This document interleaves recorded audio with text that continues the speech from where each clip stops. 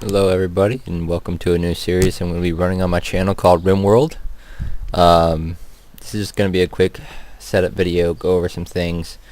This will be the 6th time now I'm trying to record this video because apparently a virtual cable that I installed on my computer decided it wanted to be used instead of my actual headset and ruined my videos.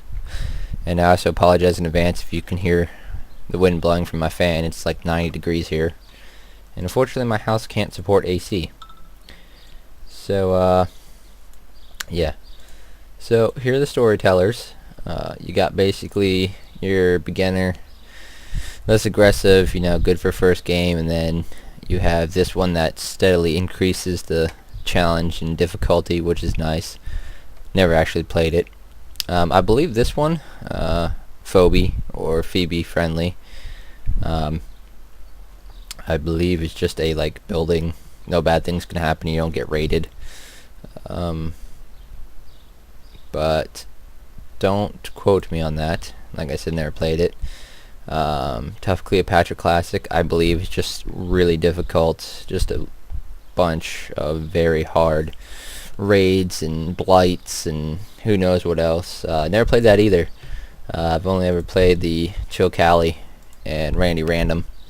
Randy, as you can imagine, is just random.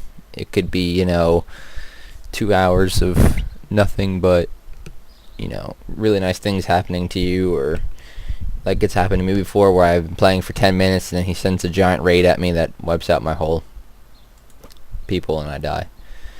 After you choose, you go into the create characters. You get 3. And they actually go by their middle name here as their identifier. So as you can see, Chewie is the middle name here. So Chewie is a missionary. They have a backstory which actually affects the game. Now they're incapable of stuff depending on their backstory. The traits actually do not do anything at the moment, so you don't need to worry about those. You'll see a little flame. That means they learn at 1 times. If you see 2 flames, that's at 1.5 times, because the normal is actually 0.3, which is crazy. Now what I try to do between the 3 people is I try to get somebody that's really good at researching, because for what I do, I have one person that once the research table is up, that's all they do. They don't do anything else. So basically I start them out, try to get them to have really high research and maybe good at growing or something, at least in the beginning. And then the other 2, I have a good grower, or maybe good at construction or mining too, if I can get it, and then somebody that's good at shooting. Because construction, you don't have to be amazing at it. It's no big deal. It just takes a little bit longer and stuff like that. As you can see, they construct and repair at 50% speed, but it's all random. So basically, you have to go through and just keep going through until you get something good. Let's see. Ooh, wow, mining 16. That's nice. And construction. Let's see what's growing. 56% speed. That's really bad. But mining is just, that's so good. Man, I'm gonna have to pass on it though. I can't really go with that. Let's see, research 11. Alright, well, you're going to see my real name here, but some of you already know it. Nelson Ramos. Now will be known as the Lost Merc. I'm going to actually put in 2 people that I play with a lot lately on there. So let's see, we have our researcher, decent grower, but I kinda would like that higher, but I'm actually gonna go with that actually. So you're gonna go with Anarchy Alice, and should be known as Alice, simple as that. Alright, so now we need a shooter. So basically I'm just gonna randomize and hope that I get somebody good that has a flame, because it's always nice to have. Wow. Wow, incapable of a lot. No, sorry, cannot do that. You need to be able to function properly. So, yeah, that's not bad, and it's not bad at all. Actually, let's check out social. Alright, so I'm actually a good social too, so I could be the warden. Oh, but that's female. I don't really want another female. I was hoping to go with a male. Oh, look at, see, that's what gets you there. That research disabled, and then here warden and doctoring, which is bad. Man. Oh. Wow. Actually. Oh, sorry about that. That was my phone. Let's see here. Let's try for some more. Jeez. Normally, I should have stuck with that. I should have went that, and I would have just changed me. Damn it. Alright, come on. Come on with the shooting.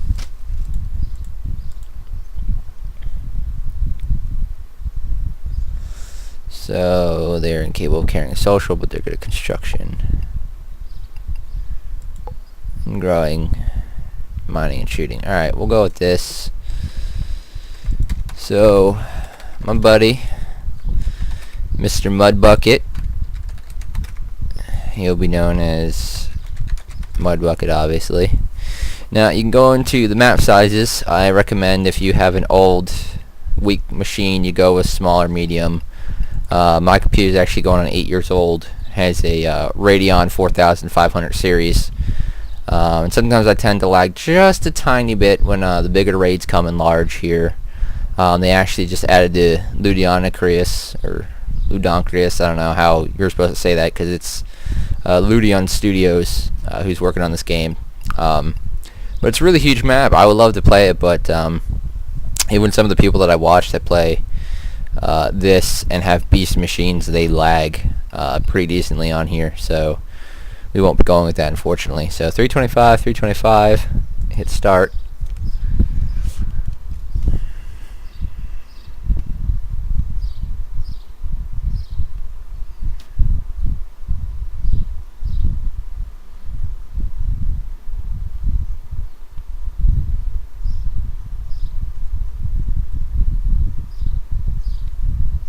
Sorry, again, if you can hear the fan. I'm trying to block it the best I can with my body, but it's not working so well.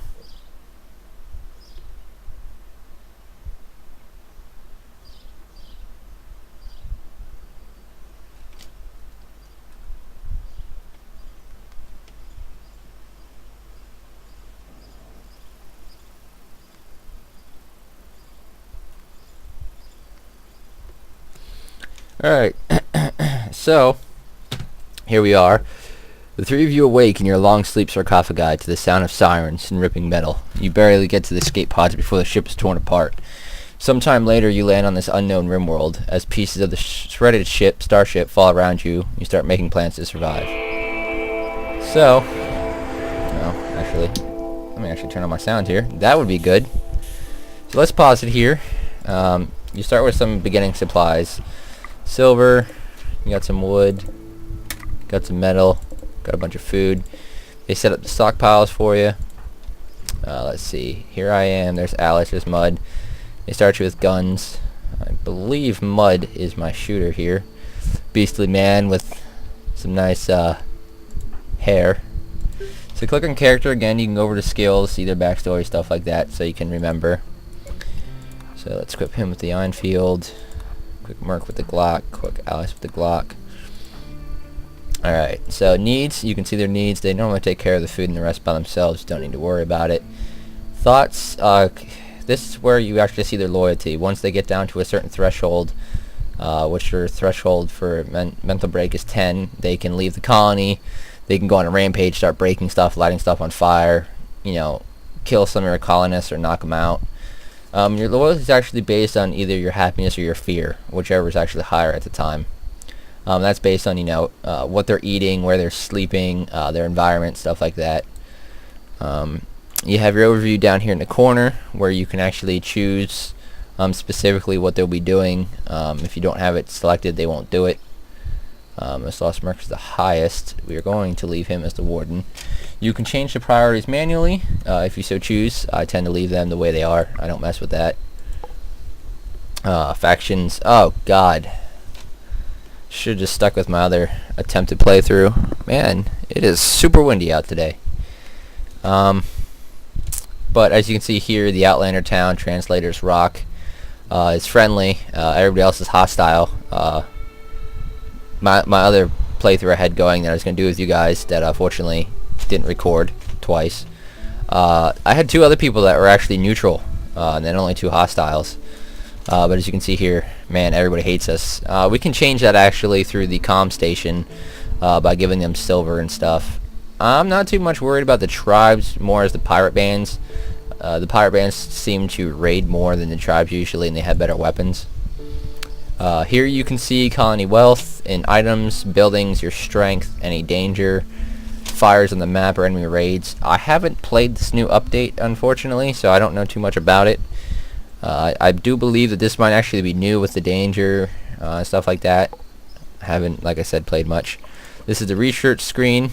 I have a couple mods just to add a couple things, like different turrets you could use with the weaponry prototype mod. It allows me to use excess weapons I may have duplicates of to make some cool turrets. The fertilizer pump, I'm not sure if that's actually working. That's supposed to basically make any place you can't place crops actually fertile and be used. As of the last update, I know it was not working, so I don't know if they fixed that or not.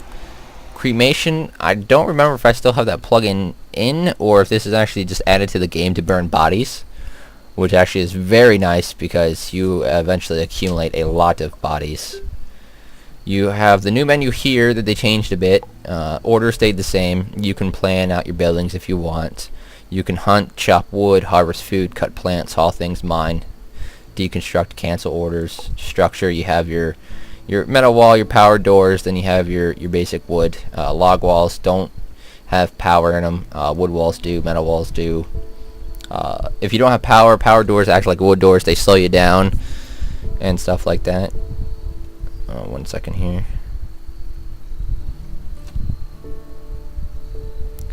Actually, talking to a buddy of mine on Skype. I haven't talked to him in quite a while, so trying to respond.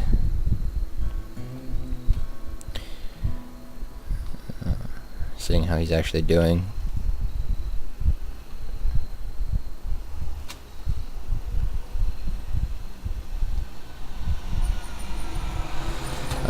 Oh, trash truck went by. Sorry if you guys heard that. My headset tends to pick up a lot of stuff. Then you got your furniture, basically your tables, your radar table, your different types of lamps, stuff like that. The royal bed doesn't do anything different than the cheap bed. It's just it's more expensive and just for looks. The potted plants will give you looks for inside your rooms to cheer them up. The tables, actually, if the people eat on them, they don't get so upset because they're not eating on the ground. The radar table I've never actually used, nor the pool table. I don't know what they actually do. I don't know if they actually do anything, actually. Security, you got your turret, your sandbags, and you got your basic floors for looks. Then you got your different types of zones. The home region, if you select that, if there's actually any fires or repairs that need to be done outside the home region, I know for fires they don't put them out if they're outside the home region. As for repairs, I'm not sure. So there's that. Production, you got your nutrient paste dispenser where they'll put the food you grow into basically astronaut paste, I would assume. That upsets your colonists. They do not like eating the nutrient paste. But it doesn't, I believe, stack on top of each other.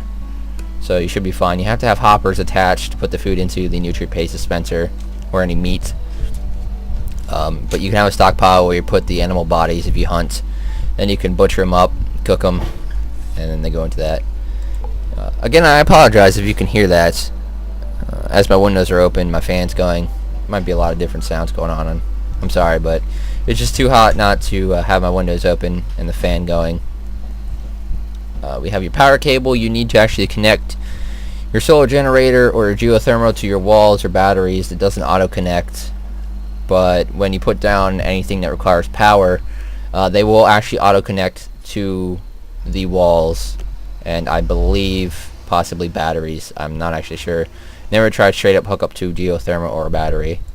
Miscellaneous, you have your research bench, which is very vital, your comms console, which is kind of vital, your graves for your colonists or raiders, whichever. If you actually make a stockpile, which I tend to do, just bodies, it will actually pile anybody there, and you can build some graves, turn them off, allow them not to be interacted with. If you click on something, hit F, you'll see there's an X, that means they won't interact with it. I tend to do that with graves, and if a colonist dies, I prioritize them picking up the body, make the graves interactable with, and they will take it to the grave. Now the orbital trade beacon, as you can see here, you will, hold on a second here, try to not make you hear that again for probably the 5th time.